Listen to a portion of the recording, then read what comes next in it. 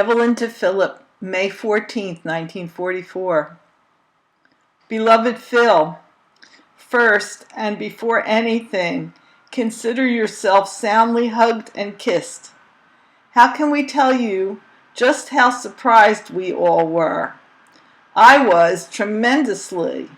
I simply did not expect it of you. The surprise, I mean, and I love it. Mom was equally surprised, saying that you never was that way, meaning so sentimental. You hit home in each case, and it was a great thrill for each of us. The flowers are lovely beyond words, and I wish very much that you could see our living room at this very moment. It smells and looks beautiful, as you have always pictured it. My bouquet, which consists of pink roses, 6, and pink carnations, 8, and lots of fern, is in the frosted glass vase and is standing on the end table near the sofa. The living room set covers are off, and the color combination of the blue-green sofa, pale gray wall, dark table, and pinkness of the flowers gives an eye-filling effect. Mom's bouquet is in an orange vase and stands on the table leading up the staircase. I don't know the names of the flowers contained therein, but the colors are white, yellow, purple, rose-colored tulips, and purple and orange like iris. It's gorgeous, and I can't stop gazing.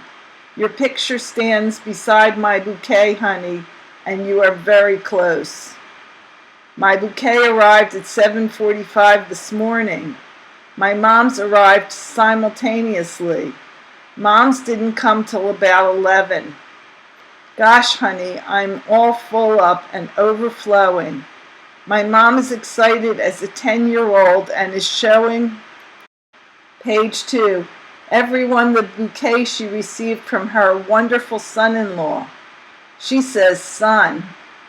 I'm wearing a white blouse and my aqua pinafore, which is so tight I must let it out somewhere or discard it.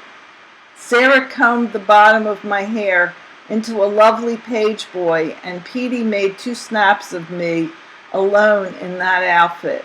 Adele was sleeping at the time. I should have posed with the flowers and didn't think of it till Petey left.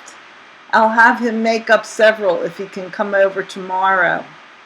Mom opened all her gifts late last night when Harry and Goldie returned from Ethel's with the 2 dresses they bought her, in the presence of Sylvia and Tante Bosch. The 2 dresses are nice but don't fit and will have to be exchanged. Both moms adored the brunch coats I bought, and each one fitted to perfection. Mom's has a dark blue background with large rose and white and black flowers sprinkled throughout. It has a small sports collar and is a regular sports style with a belt that ties in back. My mom's is a deep rose background with green, white, and black flowers throughout. A little later. Well, well, well, my dear hubby, I simply cannot get over you. First flowers and now cablegrams. Your words warmed me through to the very core of my heart and even brought tears to my eyes. My first look at the flowers gave me the same feeling. Thanks so much for everything, sweet. I happened to be sitting in the easy chair at 5, baby, and I was terribly close to you. We had a hailstorm last night, but it failed to cool off the heat we've been having. I didn't do anything of any account today except think of you continually. Ray is here for dinner. Brought Mom a box of candy and Adele 5 chocolate bars. In closing, I echo your sentiments. May we be reunited this day next year. Your Ev. P.S. If this seems short, dear, forgive me. I'm overflowing with love for you and can't seem to think clearly. Page 3. I didn't think at the time I wrote the first part of this letter that I'd have time to write further. Just shows how mistaken one can be. I'm all by my lonesome, and if you don't mind giving up a little sleep, I'd like very much to make love to you and give you a few more details of this most wonderful day and last night. Tanta and Sylvia stayed till after 11. We had tea and cake. Sylvia brought the cake and talked, as is the case, around the table. Milt wrote Syl of his feelings for her, so I guess that's it. I was very weary last night after a rather trying day and could barely keep my eyes open. You can understand then why I woke about 6:45 feeling as if I had forgotten to go to bed.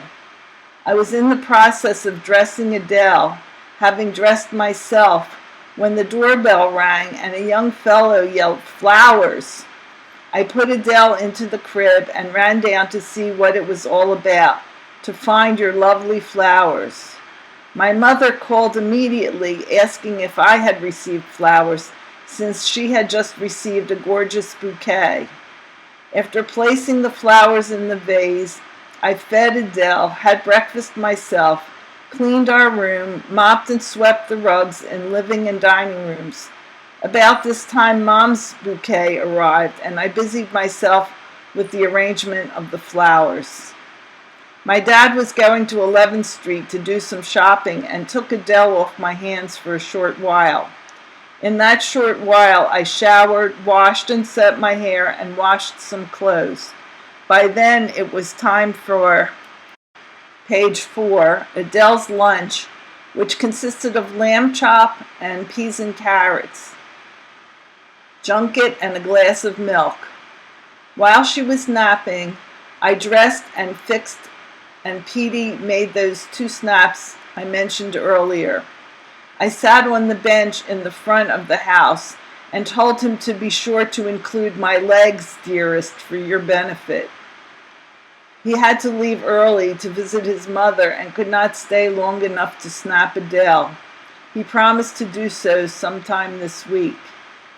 When Adele awoke, I dressed her in pink from head to toe, the dress she wore in the Claire Pruitt proofs, gave her some milk, and walked with her over to 4920 to see my mom's bouquet.